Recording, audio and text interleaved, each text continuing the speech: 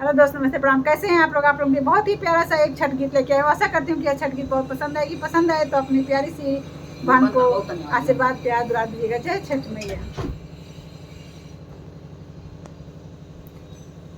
हाथ जो सनुआ बेटी आदित होई ना सहाय, आदित होई ना सहाय। हाथ जोड़ी गएली मोनिता बेटी आदित होई ना सहाय, आदित होई ना सहाय। माथावा पलई के दौरवा रहिया चललो ना जाय, रहिया चललो ना जाय। माथावा पलई के दौरवा रहिया चललो ना जाय, रहिया चललो ना जाय।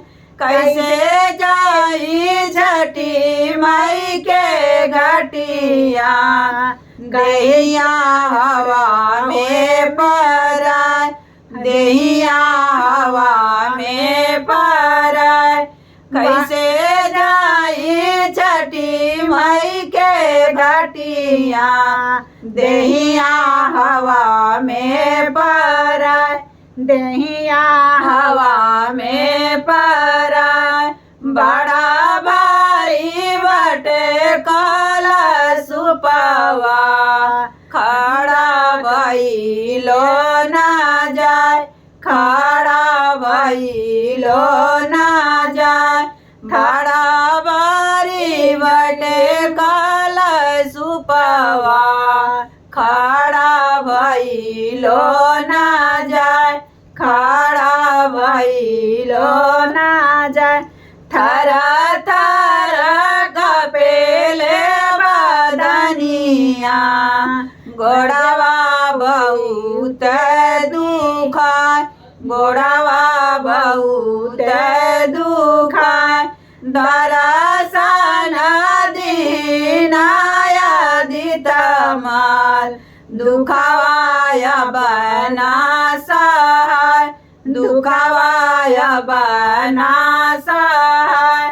बनल कवना रम कहरिया, बांगे घाटे पहुँचाय, बांगे घाटे पहुँचाय।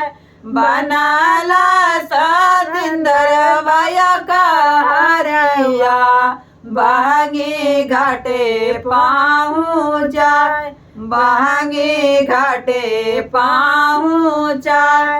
हाथ जोड़ी गएली सोनुआ बेटी आदित होई ना सहाय, आदित होई ना सहाय।